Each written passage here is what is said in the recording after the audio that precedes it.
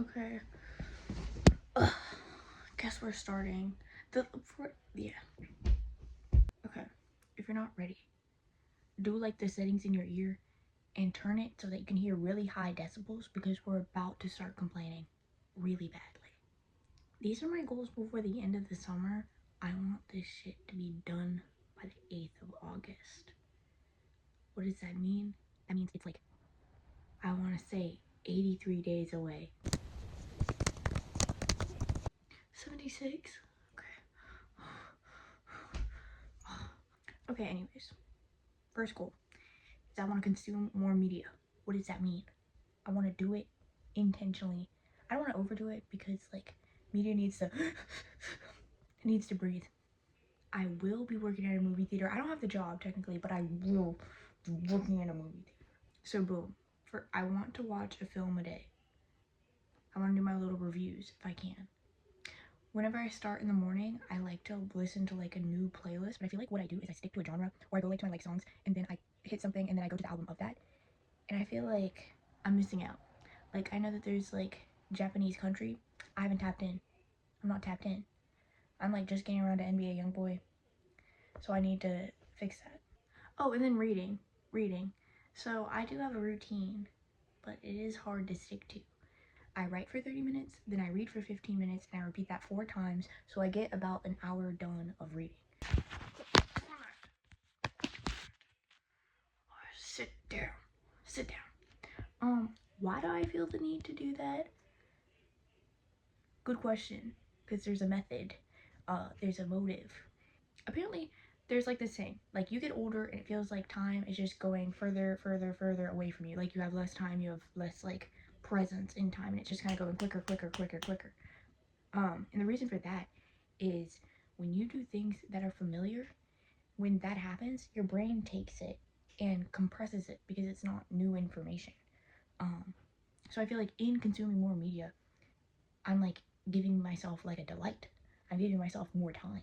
And I want to feel like more present, more a person.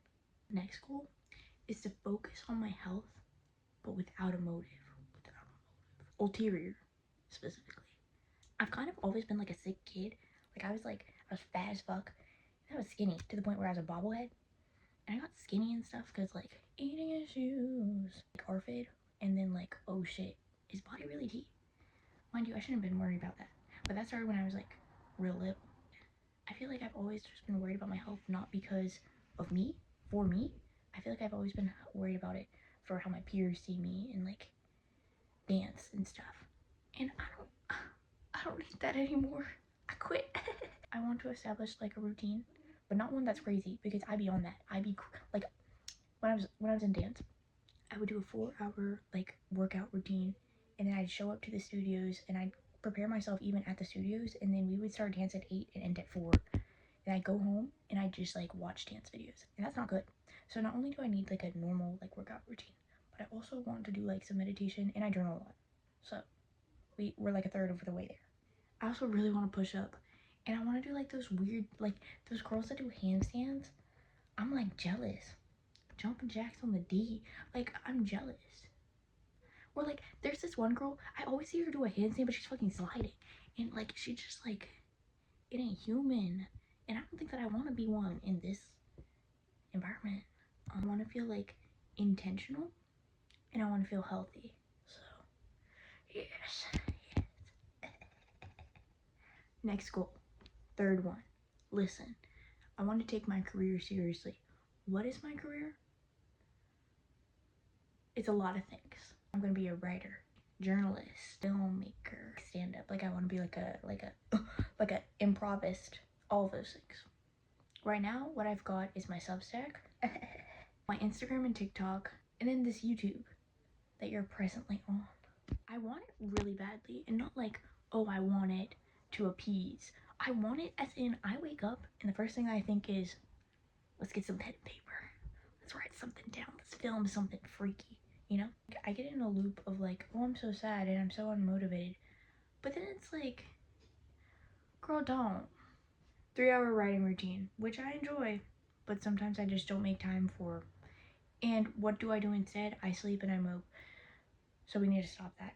continuing the habit of like writing something for portfolio, I guess, to kind of like refine it and make it something that is for show so that I can continue this interest and make money off of it would be great.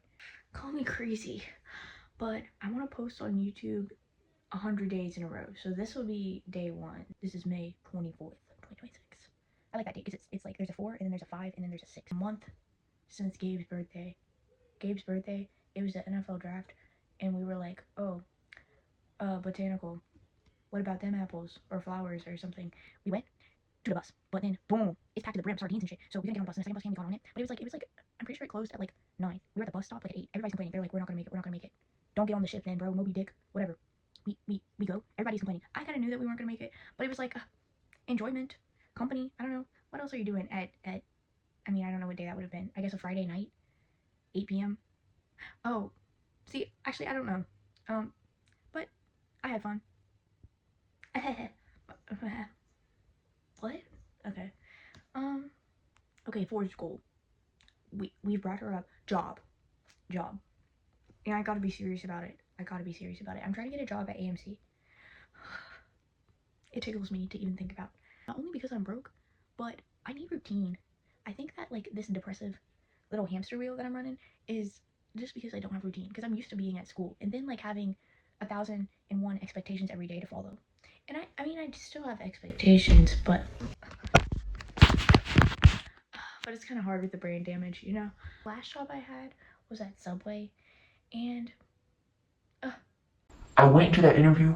I said, don't hire me unless you're paying me $15 an hour. so I'm thinking, I'm going to that Subway. I'm getting called the R word and stuff. I'm telling little children off, 15-year-olds, I mean, because I'm getting called the R word and the one about and the F one. Yeah, a lot of things. I'm telling them off. Brah, brah. Not like that. Actually, not like that. But and my coworkers are like, stop. But no, if I don't say anything, who will? And then apparently there was like people that I was working with that lived in the upstairs dining room. It was all fine. I got to talk back to people. I kind of didn't give a shit about the job because the thing is like if you give a shit about the job still sucks, and there's an issue there.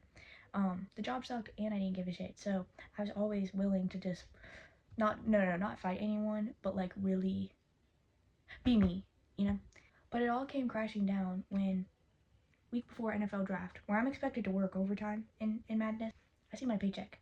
I've worked at least 20 hours, but my paycheck says $153.55. Pardon? I'm not worth $153.55, but I'm doing the calculations. I'm getting paid $9 an hour? $9 an hour? What? I got paid $25 for a foot pig? Like, no thank you. I just wasn't about that. And it felt like a representation of me. You're paying me $9 and I'm accepting that? No. No. I know my worth. I'll post my bullshit on Instagram and I'll direct the creeps to my Venmo and make better money there. So, I don't be doing stuff, but they think I'm cute, funny, and smart. And I am. Next goal. Kind of lame. Actually, not lame. I need something too. I want to watch Sex in the City. And I know what you're thinking. You're like, Corinne, why is that? Why is that a goal? I can't make it through that show. I just moved to New York, so I'm like, I need to be a part of the culture, you know? But Sex in the City, it just turns my gears in the wrong direction. It makes me feel like I'm going backwards. It makes me angry. And that is because I think it's 3 idiots and then there's Samantha. It's my understanding through those edits, through all of that Carrie, if I met her,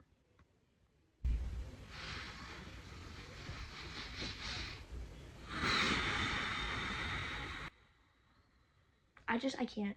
I write like 8-page reviews on rom-coms, and the whole thing is just me being like, I hate when women are centered around men. It's not their fault, but there's a choice in the matter. It's not their fault entirely, but I'm not gonna infantilize no woman.